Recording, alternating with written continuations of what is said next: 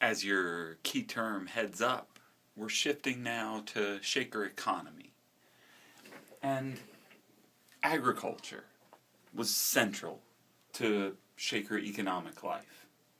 Remember, their goal is separation from the world. Their goal for every family is self-sufficiency. So agriculture was central. Agriculture was critical to all their ideas about communal living. So they were good at it. Directed by their deacons in every community, people labored faithfully.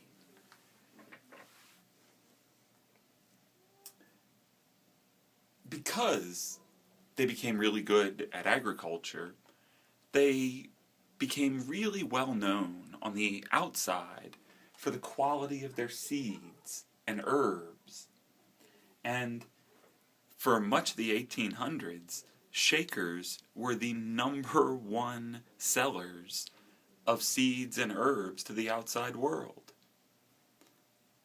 I mean, to Americans, right? To them, to the Shakers, it's the outside world. They, remember, all of this, the dealing with the outside world, is conducted by the trustees, right? Who handle the community's wealth and all the economic transactions with outsiders. Unlike, if you think back to what we saw with the Moravians, where, like, if you were involved in a trade, you were involved in trade with other people in the colonies. Not here. Tried hard to avoid that. But in addition, the Shakers also made all sorts of stuff that they then sold to the outside world. They produced cloaks and bonnets, brooms and brushes, baskets, chairs, and sometimes other kinds of furniture. Anne had told people that they should put their hands to work and their hearts to God. And most Shakers tried hard to live that value. It was a difficult thing for outsiders to understand, but engaged in your work, right? Not working to exhaustion, but engaged in your work, focused on your work, and remembering the Shaker value of quiet, right? It's you and your work. And to most Shakers who were really, into Shaker life, people who were long-term Shakers, work was a kind of worship. It was integrated with their ideas of religion. This was hard for outsiders to get. In general, they were good workers who respected authority. They did what the deacons told them to do, and they labored hard and consistently. As I said earlier, women did women's work. There was none of the sort of crossing of labor that we saw at, say, in the Oneida community. Here, well, women would make cloaks and bonnets. Men would make furniture, So, in the outside world, Shaker baskets, Shaker chairs, these things became highly prized by outsiders. They made everything that they produced to try to embody the Shaker values of simplicity. And that, weirdly, became a sought-after commodity by Americans on the outside. People were drawn to Shaker design. Its simple form, simple but elegant, and always incredibly high quality. It was as though, as some people said, Shaker furniture told you that the people who made that furniture saw the world differently. Because of course they did, right? They were approaching the idea of making furniture with a completely different set of values than the vast majority of Americans. And you could see it in the simple, functional, but beautiful style that Shakers produced. Now, for most of the 1800s, Shakers had a higher standard of living than the American working class on the outside. Now, notice what I did there, right? So we're comparing Shakers, who are all equal in the way they live, right, to the American working class, that working class that's growing up in the big cities that we've talked about. And if you compare those two, well, the Shakers' standard of living was higher. The quality of their food, their shelter, their material needs being met, all of these things were superior. And you see, that's because for most of the 1800s, cooperation, which Shakers were great at, gave them an advantage over the individualized production of the outside world. What I mean is, like the Shaker craftsman who makes chairs, he has an entire community that stands behind his work. You know, he doesn't raise all the capital to start that business. It comes from the whole community. Where in the outside world, well, it's individualized. You want to start a business, you do it yourself.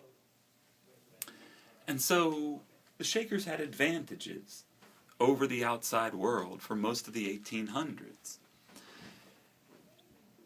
The peak of Shaker membership was like the 1830s to the 1850s. And during those decades, like 1830s to 1850s, Shaker membership, and remember we're talking about like 1819 communities, right? Across all those communities, they had between 3,000 and 6,000 members throughout those decades. This was a huge movement. Well, after the 1850s, the numbers started to decline. And what you have here is an actual like Shaker flyer that they used to try to recruit people to come join. And I would point out, as like an aside, that this is a great example to come back and look at when you're putting together the sort of fake historical documents for your community that you're going to create. It's got a nice sort of model that you might crib from. Remember, studying other communities and adapting the things that people liked is something that the actual historical participants did. So, you know, you can do it too. Cite it in your footnotes. All right, so you see here at the beginning that they describe themselves, right? A celibate, religious community, a quick little history. At this point, they had 15 Shaker societies in 7 states. They have a quick explanation of their beginnings, their founder, Ann Lee, and then Ann Lee's teachings, the basic principles, virgin purity, peace, justice, love, and expressed in celibate life, non-resistance, community of goods, universal brotherhood. So that celibacy, pacifism, and communism. And now, look at this, where they lay out, and again, this is for outsiders, right, to get a quick understanding of what we believe as Shakers. Well, equality of the sexes, equality in labor, and now, check this, equality in property, no rich, no poor, industrial freedom, consecrated labor, dedicated wealth, a united inheritance. And now look at this. This looks like it could be straight out of Karl Marx. Each using according to need, and each enjoying according to capacity. So, what they're selling to outsiders is that there's no insecurity in a Shaker community. everyone has security. And there's also freedom of speech, toleration in thought and religion, abolition of all slavery, chattel slavery, wage slavery, habit slavery, passion slavery, poverty slavery, and disease slavery. The Shakers maintained, I don't think I've mentioned this, that with the proper sort of spiritual focus, humans could overcome disease. They were never completely successful on that one. Right, so when you join the Shakers, you're going to abolish the idea of wage slavery along with habit slavery, passion slavery. You know, when you're enslaved to like wanting things or enslaved to sexual desire. You're going to get rid of those things. This is from the same document. It's just really long, so I cut it in half here. And here they say that they have true democracy, real fraternity. And here they lay out their religious ideals and worship. They explain the duality of God, right? Ann Lee and Jesus. And here, what's next? Practical issues. So when you join the Shakers, poor people, you'll have beautiful, comfortable community homes, in each one a Christ family. And look at this. This is a selling point. Daily manual labor for all, according to strength and ability. What they're saying to poor people in the cities who are facing unemployment is that you'll have security. You'll have the opportunity for intellectual and artistic development. That is overselling it. Sanitation, health, longevity, simplicity, purity in thought. And look at this one. Freedom from debt, worry, and competition. That's what being a Shaker gives you. That's part of what it gives you economically.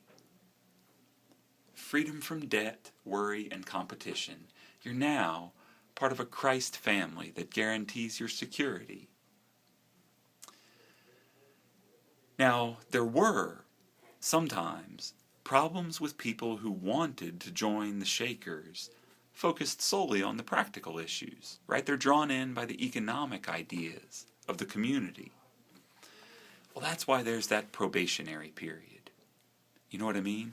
That's where they try to make sure of people's sincerity. But sometimes, people faked it really well.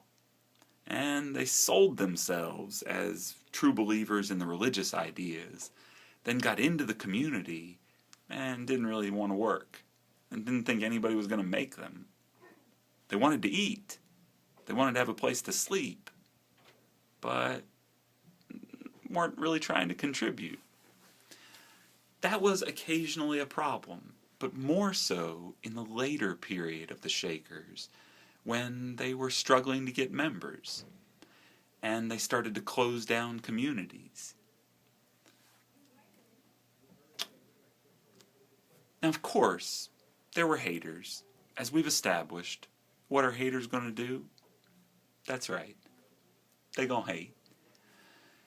The people most likely to hate on the Shakers, people most likely to condemn them as a cult, a scam, were former Shakers.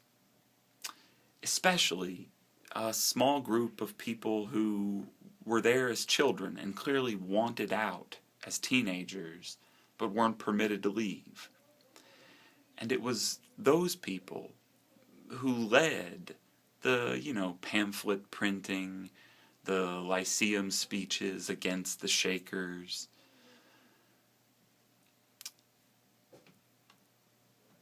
But in a lot of ways, it's the most successful communal movement of our whole course. I just wanted to include here, before we go through the decline, a couple images from one of the many Shaker sites that operates as a tourist site today. This is from Hancock in New England, and this is one of their weave shops that's been recreated. This is where they would weave together those cloaks or bonnets. And this is a mill powered by a water turbine. And maybe that's the last important thing to say about their economic life, is that they were incredibly inventive people. They created all sorts of inventions that then spread through the outside world. The buzzsaw, cut nails, the revolving oven, the apple corer, the clothespin, and a bunch of others. And throughout the early decades, when the Shakers were at their peak, their standard practice was to not seek patents for these things. You know, patents, P-A-T-E-N-T. Patents are what protect your intellectual property rights. And in the early decades, they didn't try to protect their patent rights. So those inventions spread through American society. Now, later on, post-Civil War really, Shakers did sometimes secure patents. This is a patent for a Shaker water wheel from the late 1800s. The man who really presided over the beginning of the end as senior elder was Frederick Evans. During the Civil War and then on until his death, he was the senior elder among the Shakers, ruling from Mount Lebanon with an eldress as his second.